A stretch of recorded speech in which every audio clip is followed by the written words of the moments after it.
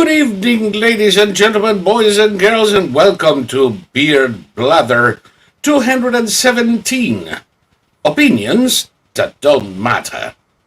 Well, you know, the new thing is that now I say some shit to kind of set the theme, and then we go into the introductions and the show. Yeah, it's true. Everybody has an opinion, just like a you know what. But not all opinions are created equal. Some are born of study and the intelligent interpretation of knowledge and information. Others are born of the emotional reaction of ignoramuses. Some are worthy of attention. Others are brain flatulence. In the era of internet and social media, both benefit from an unprecedented access to information and proliferation, and separating one from the other has become a rather Herculean task. Idle balls of lard with unresolved psychological issues portray themselves as pundits and spew the most absurd theories, if we can call them such, as revealed truth, while important observation and insight is buried under piles of manure. Such is the nature of our times. Unfiltered wisdom and equally unfiltered garbage vie for the attention of a mob usually satisfied with grabbing onto anything that reinforced their prejudice, bigotry, and ignorance. Bad actors thrive in this medium. But the good news is, good actors do too. It is up to each one of us to separate the chaff from the wheat and take advantage of the increased accessibility to better understand the world. Let's focus on opinions that do matter and discard the garbage. And in November, discard idiocy. This is Saul Montes Bradley, the largest human repository of useless information from my cave in Virginia. And right there, see, this time I'm pointing in the right direction. Thomas, this is a first. Thomas Victor, the only living expert in 111 flamethrowers and so many more things. I hope you're enjoying the new robot flamethrowers. From California, the land of Gavin Newsom and his merry band of assholes. And as we always start these, Thomas, how are you doing in the land of fruits and flakes? Well, you might remember we had about almost two straight months of rain. So all the weeds in my front and backyard grew, and finally I was able to start cutting them. They were about 3 feet high, and in one corner of the yard there is a weed that we haven't been able to identify. It's like a cross between hay and a very, very thin bamboo. And the only way to cut it down is to sit on a little garden bench and use hedge clippers. So I've been doing that. Yeah, you're going to have to dig because that shit will regrow every year with passion. Yeah. No, I mean, I'm gonna do something. But this is my third day, and I've cleaned out about 3/4 of it, so I should be done by tomorrow. But boy, like just sitting here, I'm like, what? Oh yes. Well, it's happened to me before, so welcome to the club. This is what happens when we do this in the early hours of the day, you know. Usually by the time we get to the camera here, it's like, oh God, I'm running out of gas. Except for me. Save for some precious occasions, I don't freaking sleep. So, you know, there we are. And by the way, I don't sleep means that during the day, I seem to have my brain connected to my ass. Because all it takes is for me to sit down someplace, and the moment there's pressure on my ass, Yeah. Until somebody wakes me up. Has it happened to you? I used to be very nocturnal, but I've trained myself to be on a normal schedule. It took a long time. I was for no reason that I could think of. I was going to bed at 2 in the morning and waking up at 7, and now I'm finally waking up at a reasonable hour, between usually 8 and 9. I go to bed at around midnight or so, but I prefer being nocturnal because that's when I do my best thinking. But there's Nobody to bust your chops. No phones ringing. yeah, No kids. No dogs. yeah, and I have too much to do right now. I have to get the yard in shape, and my brother's going to come back from Vegas and finish up with the cars, and he's decided to put off dealing with the warehouses for another year. So we'll get to those sometime. And it's in the meantime, I have to do a lot of work. So I'm on a normal schedule, but I'll probably at some point in the future go back to being nocturnal just because I can. I was offered a job in Tokyo as a native English speaker for the Paris Herald, the Japanese language version, and they needed a native English speaker just to be there from midnight till 8 in the morning. And I turned it down because I was in a relationship. The pay would have been great. It would have been a great something to have on my resume. And I didn't need to do anything except be on call for when they had questions. And, the relationship. Well, watch out. You might end up like the Nighttime Agent. There is a silly movie of a guy whose job in the FBI is to sit by a phone all night. Oh, yeah. Until one day it rings and all shit breaks loose. Yeah, I've heard of that movie. I don't know if I've seen it or not, but today I watched. YouTube gives you these recommendations. If you watch one movie on one subject, it floods your. Yeah. So I watched a trailer for an upcoming movie, and so it started flooding me with trailers for new movies. Holy God! Schwarzenegger's come back in The Predator, and they had an AI voice doing the voiceover for the ad.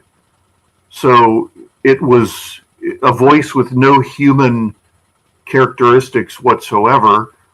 It showed Schwarzenegger kind of squinting. He never said anything. There was a movie I saw years ago called Constantine, and it's a great movie about an exorcist. They finally come out with Constantine 2 30 years later, and it looks like absolute manure. And Keanu Reeves, this time around, is sort of sleepwalking through, the demons are coming. I will fight them. If I do not fight them, we will all die. And it's like, oh my God. So I got fascinated, and I was watching all these trailers for new movies, and they were garbage. It was. Yeah. Besides, why worry about demons if we have Democrats? Well, the studios, okay, they've lost all their money on woke blockbusters that didn't do anything. Yeah. There's a new Guy Ritchie movie out that's bombing that everybody had high hopes for. So they're throwing whatever they can at the wall, and it's like these aren't finished movies. What do you people? The answer is they fired everybody who could do anything, and now it's just wokies who don't. They can't do their job. They don't know what their job is other than to be woke, and so they're just making garbage. You have garbage scripts, garbage directors, garbage actors. I'm so used to watching foreign movies that when I watch an American movie, I hear a leading lady talk like this. And it's like, oh my God, you're like 35 years old. Why are you speaking like you're a 14-year-old girl? What's the deal? Well, that's the as far as their intellectual development went. Well, speaking, You see that everywhere. 25-year-olds are like 14-year-olds today. well, you heard the recordings from the Supreme Court, getting ready. Unfortunately, yes. Yeah, getting ready to shove that case up Jack Smith's bung. And the female lawyer on Jack Smith's side sounded an even more higher pitched. And not talking high pitch 1970s doll. She sounded like AOC. She was like, Yes. and the male, this is sounding like this. And it's just, and then you hear the Trump lawyers, and they're like, boom, they're like, they've got Normal. concrete, and the judges, or sorry, the justices, you can tell where they're going to go on this one. I have a little question as to how far Bennett will go. But and I mean how far. I know the direction. I just don't know how far. To me, it seemed obvious that the Supreme Court, lo and behold, is going to uphold the notion that there is limited liability for a president in office, as it should be. And that limited liability, of course, despite the absurd hypotheticals, I don't know if you recall, but Sotomayor came out with, well, if the president orders the military to stage a coup, would that be protected? I mean,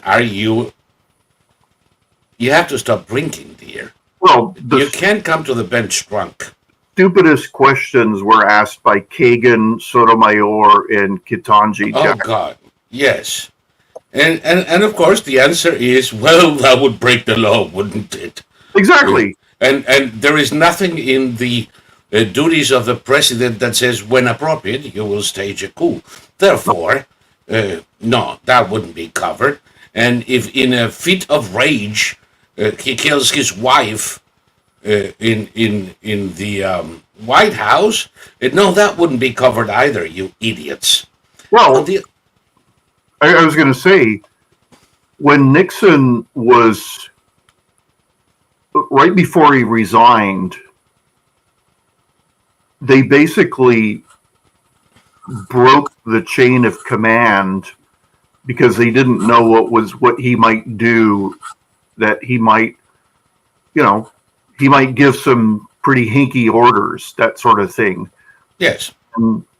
They basically, when I say they, his cabinet basically got together. They didn't want to invoke the 25th Amendment, but I think, let's see, who was the vice president? Ford.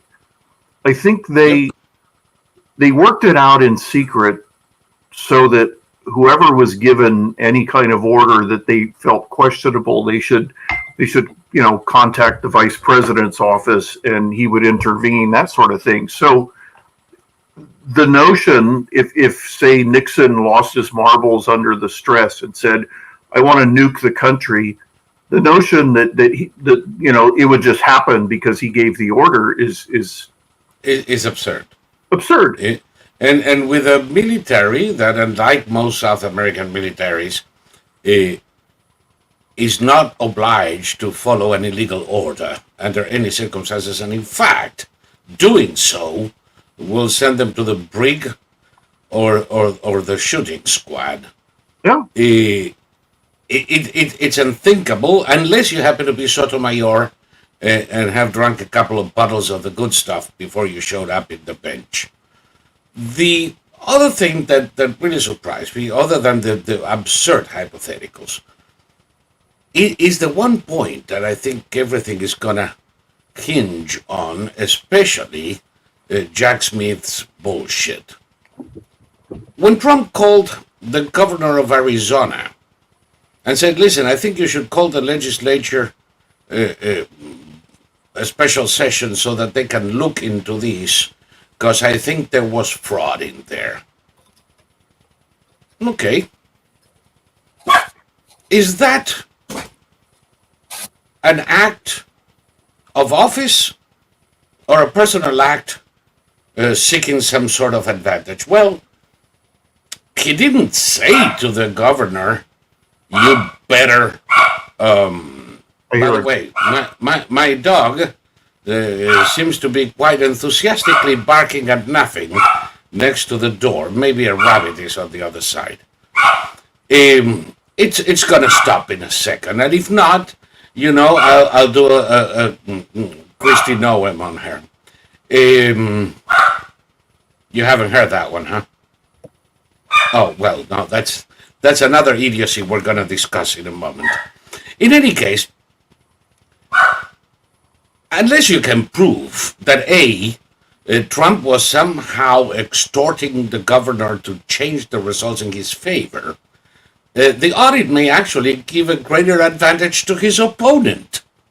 Well, There is no personal gain, and it is an act of office of course. to ensure that the elections were clean and to protect the integrity of the election. It is part of his job.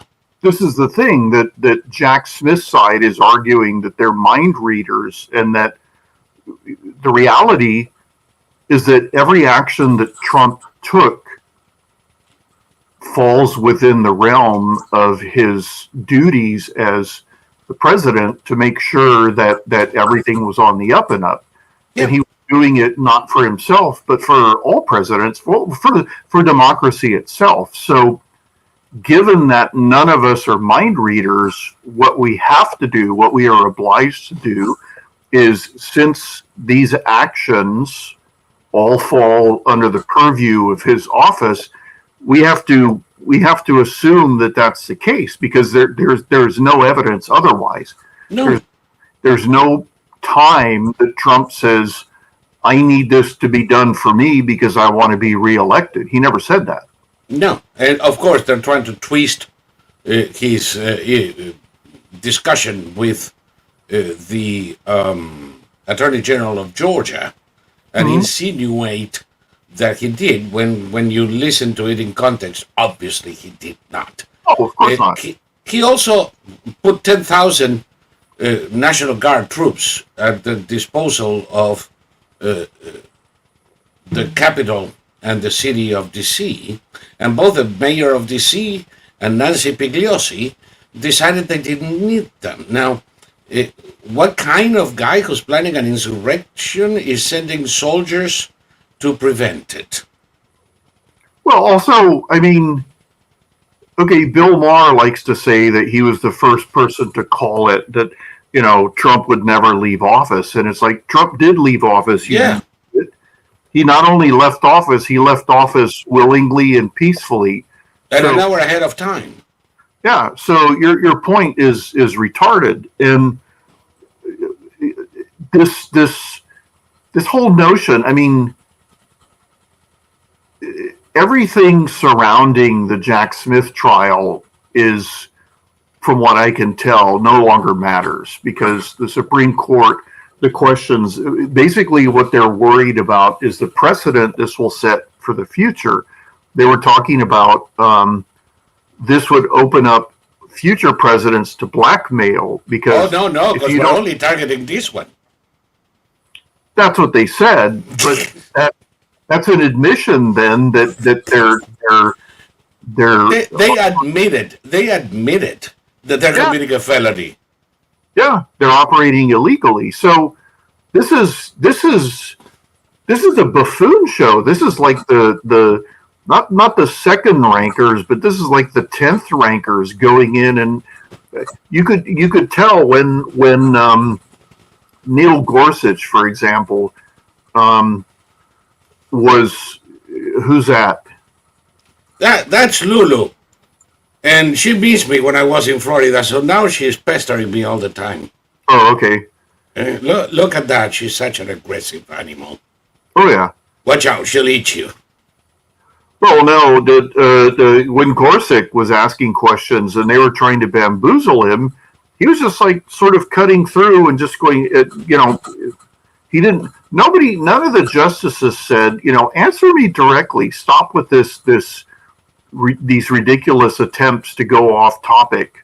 But I think they understand that these are twerps. These are imbeciles who can't argue their way out of a wet paper bag. And No, I have to state my admiration for the six sentient justices, because the way they managed not to crack up laughing yeah, during these proceedings, it must have taken a tremendous effort of the will. well, it's really funny because Jack Smith claimed he wanted them to decide on this case immediately, and it's Yeah. like I bet you wish you hadn't said that. No, and the imbecile actually said that the defendant has a right to a speedy trial. He also has a right uh, to time to go through the charges against him and the evidence against him. It is not for the prosecutor to ask for a speedy trial. It's for the defendant to do so. Exactly. I mean, this whole thing is like, it's embarrassing, and apparently everybody can see through it now because this is, none of the trials are having any effect on Trump's popularity. I saw an older, not old, but an interview with Stormy Daniels taken or made a few years ago, and she was saying that Trump didn't commit any illegal. What did she say? Any illegal actions he committed against me, he's never committed to anyone else. So he committed against anyone else, so he doesn't deserve prison time. And it's like, okay, you've also What illegal action did he commit against that taking in the butt porn star? well, also he's on trial for paying her. Is that? I mean, Yep, and by the way, paying. Every day across the fruited plain, there are thousands of non disclosure agreements and settlements out of court. of course, Every day. Some people settle because they fear they might lose, and I better pay 20 grand now than risk losing a million later. Some people pay because they don't think they did anything wrong, but I can pay 20 grand now and make this go away, or spend $1 million in lawyers and fees, and maybe one drunken jury will find me guilty and I have to appeal this shit, and a few $1 million later, I might finally get respite. So here's the 20 go away. It happens all the time. Insurance companies settled more than half the cases against them. Banks, brokerage houses, presidents and candidates and senators who don't want trouble. And by the way, this is not influence an election, you stupid of course not. fucks. You could say that Biden lying about his son, lying about his family, is influencing the election. Well, every candidate, every time they open the mouth, they hope and pray they're actually influencing the election. It's part of the game. Yeah. Now, Clinton paid $800,000, not 130, $800,000 to Paula Jones for that case to go away. And God knows how much he paid to Jennifer Flowers and others. Remember, there was actually a task team in the White House to shut out the bimbos, Yeah, yeah. and it was led by the Hildebeest. Yep. Now, Did Clinton pay out of his own pocket or from campaign funds? According to the Hildebeest, they were broke when they entered the White House. Isn't that nice? Yep. So it must have been from campaign funds. Trump, if he had paid with campaign funds, they would have accused him of misusing campaign funds for private matters. Keeping the bimbo away from the wife is not a campaign issue. Instead, he used his own money. And the idiot Arvin Bragg says, well, he did it to hide it from the campaign. What the crap? Damn if you do, damn if you don't. And under no circumstances, an agreement between the parties out of court is illegal. Well, she's claiming that she signed the NDA against her will. Well, talk to her lawyer. Oh, by the way, he's in jail. Exactly. I mean, this is very okay. He was going to be a Democratic candidate for president to defeat Trump, remember? Did you see the video of the Monroe County District Attorney refusing to stop when she was speeding and taking the cop all the way to her home? Oh, yeah. And the second she got out of her car, she called the police chief and was threatening this guy. She said, "What's your name and badge number?" And then she handed the phone to the guy, and he was very calm and professional. And the chief said, "Get a supervisor." So first they got the guy's supervisor, then they got the supervisor's supervisor, and she eventually agreed that she needed to be, have a ticket written. Yeah. But the city council... She should have been arrested, by the way. Well, this is the thing. I mean, she was also refusing. She was resisting. He kept telling her, you have to come out of your garage. Don't go in your house. She went in her house. She did all this stuff. And she was saying that she shouldn't get a ticket because she's the county district attorney.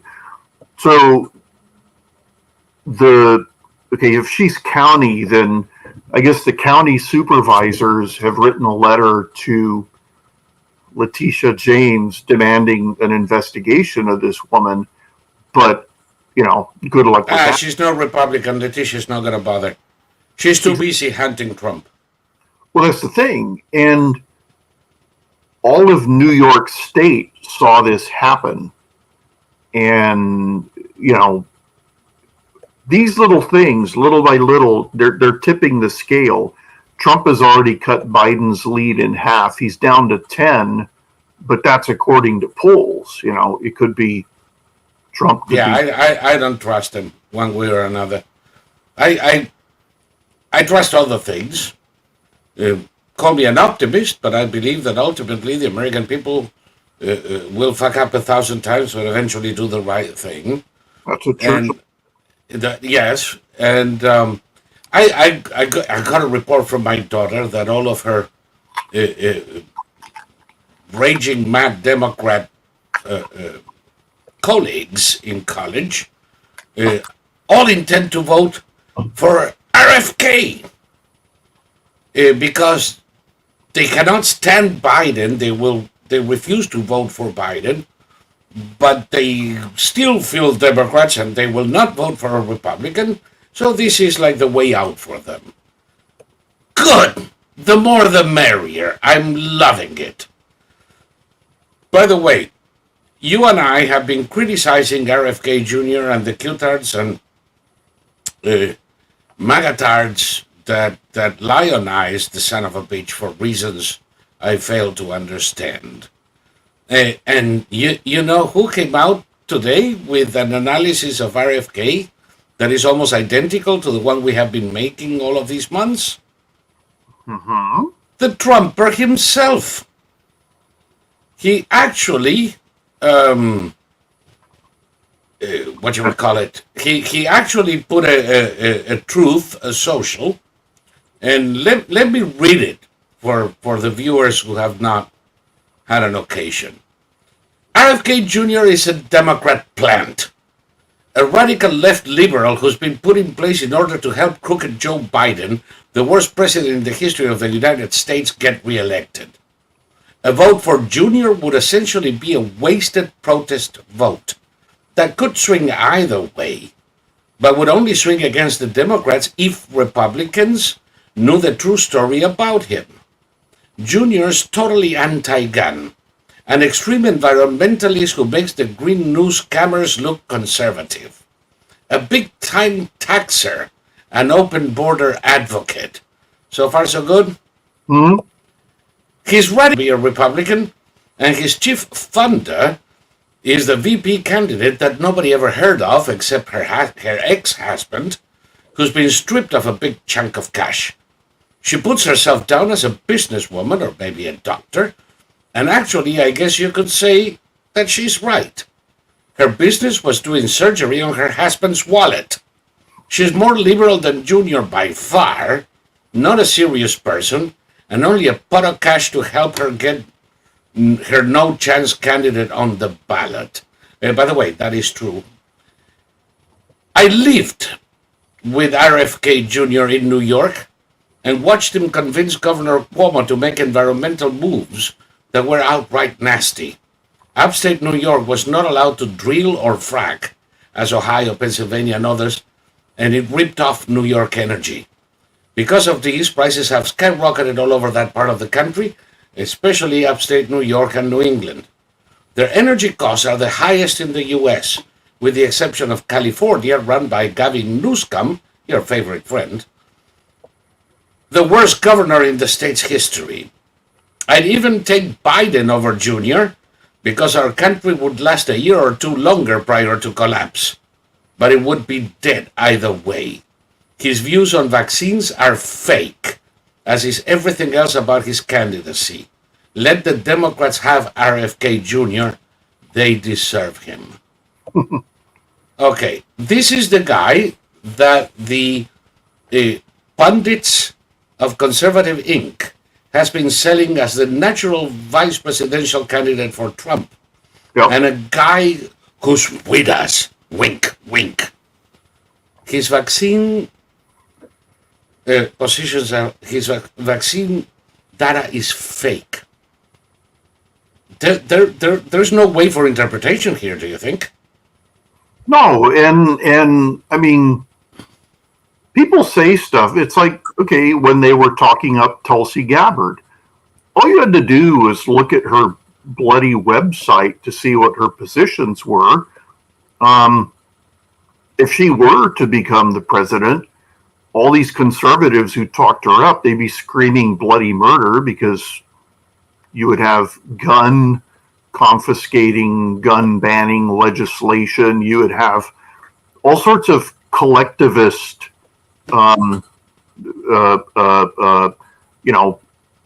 decrees by President Gabbard.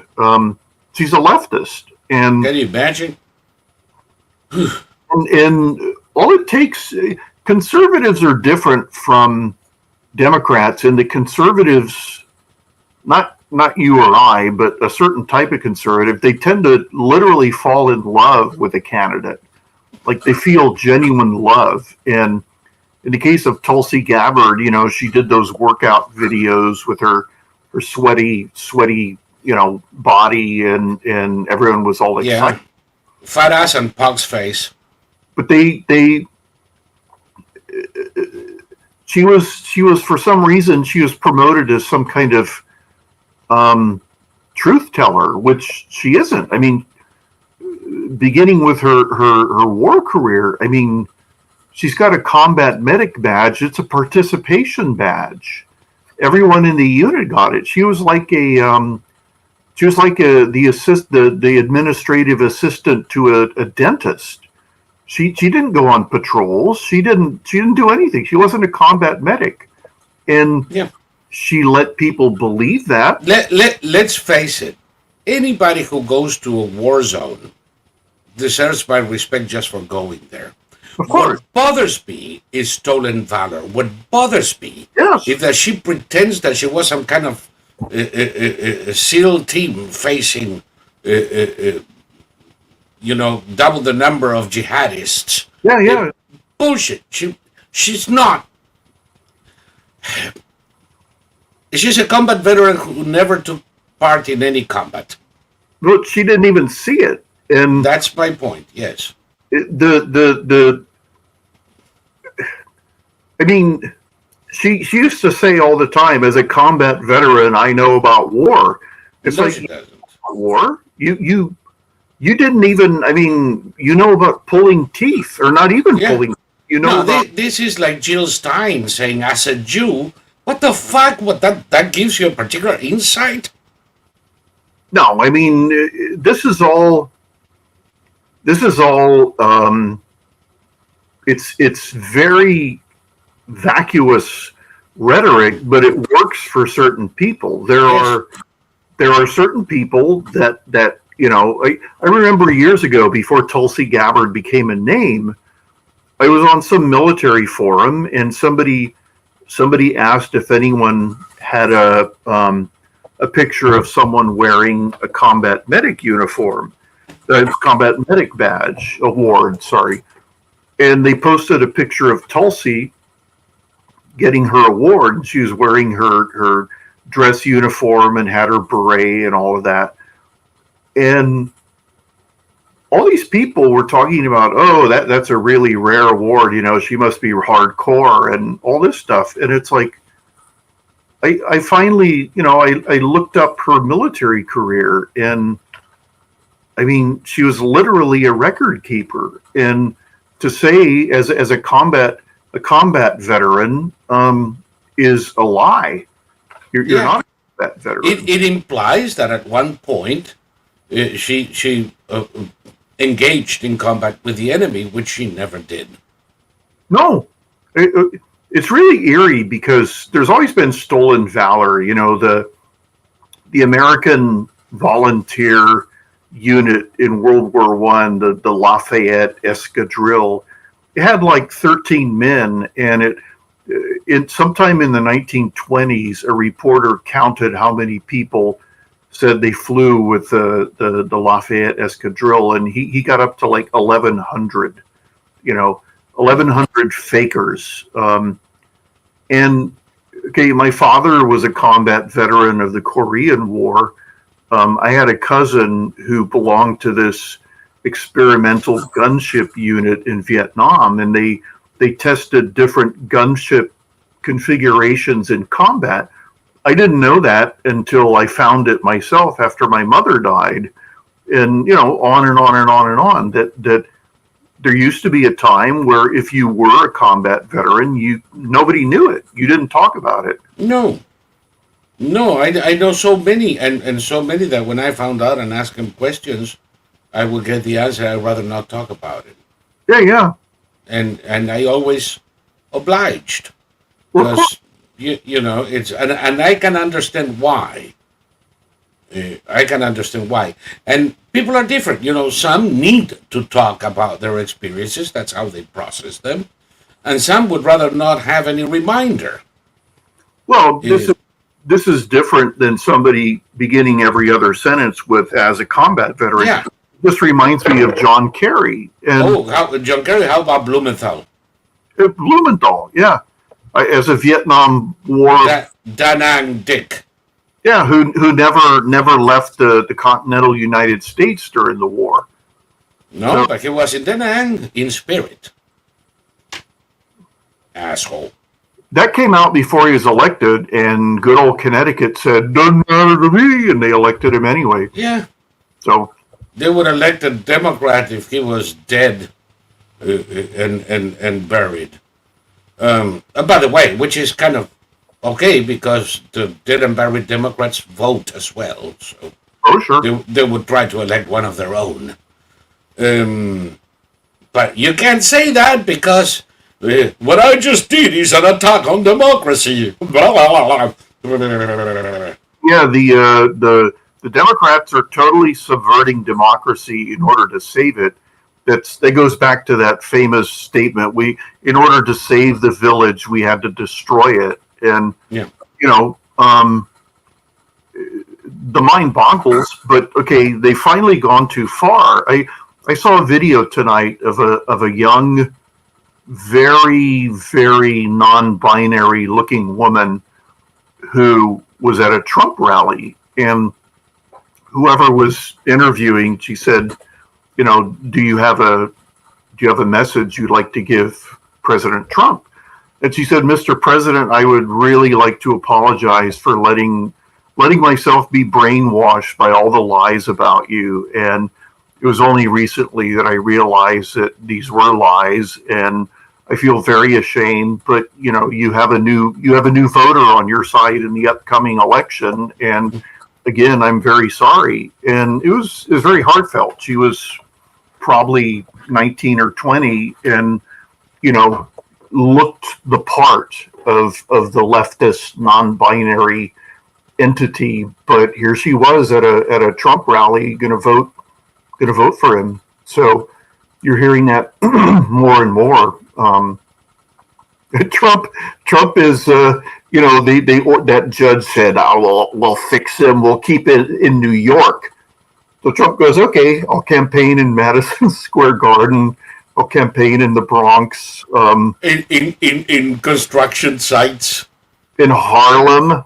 Oh God! And isn't that beautiful when you see all of these union construction workers in New York cheering him like teenagers when the Beatles arrived? It's fucking wonderful. I think some of them actually threw their panties at him. Harlem, God, I'd love to see Biden try that one. Also, Trump was just kind of walking around. He had a security, but they were behind him. He was walking around, and yeah, I'm sure he had a vest, but his head was exposed.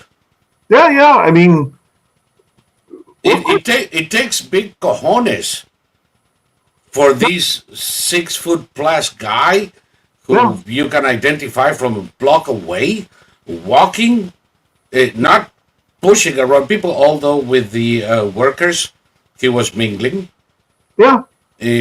When he went to the Puerto Rican bodega, where the guy was who had protected his life, I